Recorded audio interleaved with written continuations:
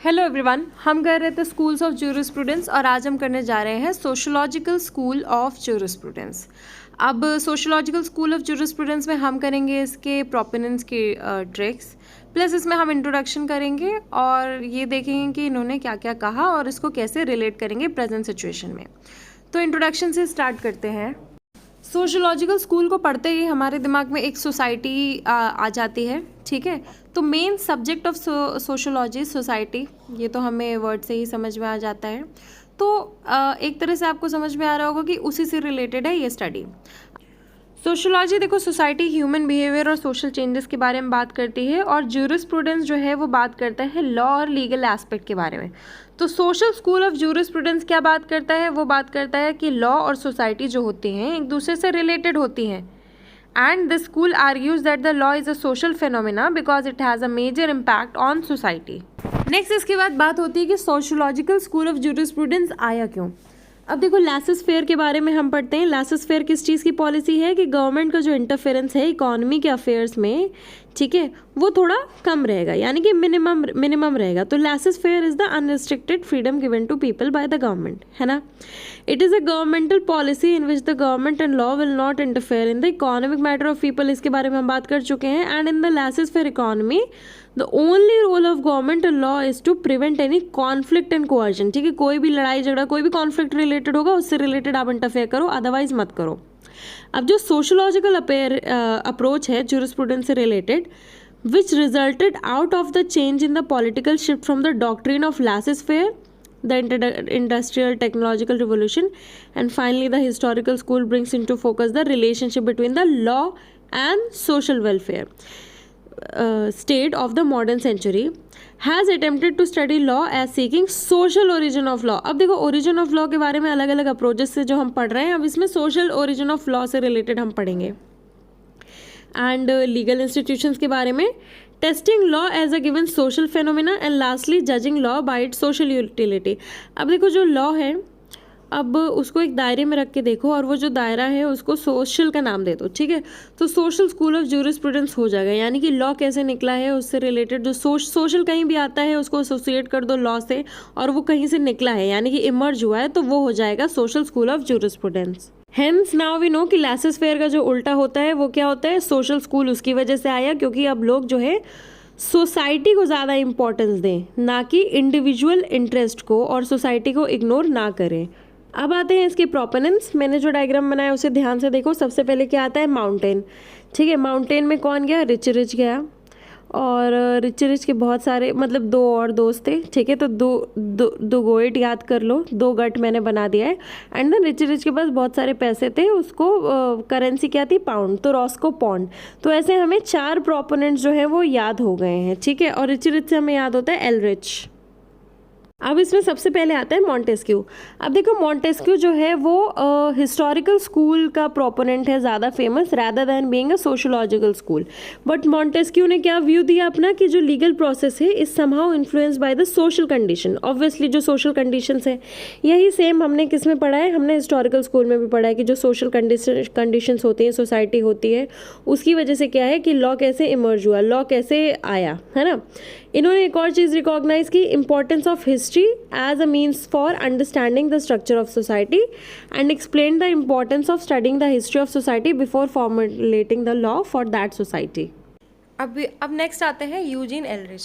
Eugene Ehrlich जो हैं, इन्हें founder of sociology of law बोला जाता है, ठीक है। फाउंडर ऑफ ये सोशल ज्यूरिस्प्रूडेंस बोला जाता है। अब देखो मैंने जो अर्थ बनाया है उसमें उन्होंने बोला है सेंटर ऑफ द जो अर्थ है, यानी कि centre of gravity of all legal developments is not legislation और judicial decisions but society self, यानी कि सोसाइटी से निकल के आए हैं ये सारे लॉज। और उन्होंने बताया था inter relationship of people is what is important in law, ठीक है।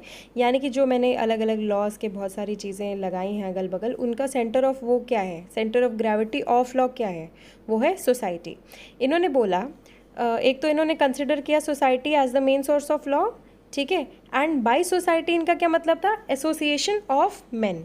इन्होंने उसी के उस पर लिखा centre of gravity of all legal developments is not in legislation और judicial decisions but in society self, ठीक है, इन्होंने ऐसा लिखा। Also he argued that society is the main source of law and better source of law than legislation और social decisions, यानी कि उन्होंने सोसाइटी को as a better source of law बताया। नेक्स्ट इसके बाद है लियोन डिगोइट, जिसको हमने 2 गट से याद किया है, ठीक है। अब देखो लियोन डिगोइट जो थे वो फ्रेंच ज्यूरिस्ट थे and leading scholar of droit public, ठीक है, पब्लिक लॉ के लीडिंग स्कॉलर थे।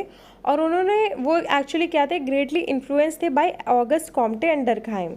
इसलिए इन्होंने क्या किया, he gave the theory of social solidarity which explain the social cooperation between individuals for their need and existence, यानी कि सोशल सॉलिडारिटी के बारे में इन्होंने बताया।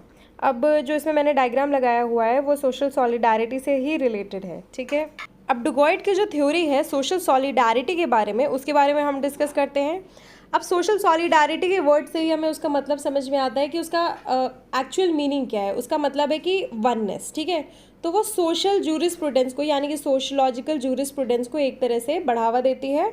और देखो सोशल सॉलिडारिटी टर्म रिप्रेजेंट क्या करती है, strength, cohesiveness, collective consciousness and viability of the society, यानी कि एक सोसाइटी के जो फीचर्स होते हैं, अच्छी सोसाइटी के जो फीचर्स होते हैं उनके बारे में बताती है। लियोन डिगोइट की जो सोशल सॉलिडारिटी थी वो एक्सप्लेन करती है interdependence of man on his other fellow man. हम सोसाइटी में फॉर एग्जाम्पल आप अड़ोसी पड़ोसियों पे किसी ना किसी चीज़ पे डिपेंड होते हो, अपने रिश्तेदारों पे किसी ना किसी चीज़ पे डिपेंड होते हो, वो क्या रिप्रेजेंट करता है, सोसाइटी रिप्रेजेंट करता है। तो इनकी जो थ्योरी है डिगोइट की वो उसी बारे में बात करती है कि हम लोग जो हैं एक सोसाइटी में हैं और उसी सोसाइटी में जैसा हम बिहेव करते हैं उससे कुछ लॉज निकल के आते हैं और उसी को उन्होंने सोशोलॉजिकल जूरिस्प्रूडेंस का नाम दिया है। No one can survive without the depending on other man. हम देखो जो ह्यूमन होता है, ठीक है, वो एक सोशल क्रीचर होता है और एक दूसरे पे डिपेंड होना एक नेचर होता है, ठीक है। तो वही चीज़ उसके बारे में बता रहे हैं। Hence the social interdependence and cooperation are very important for human existence. तो यही इनकी जो थ्योरी है सोशल सॉलिडारिटी,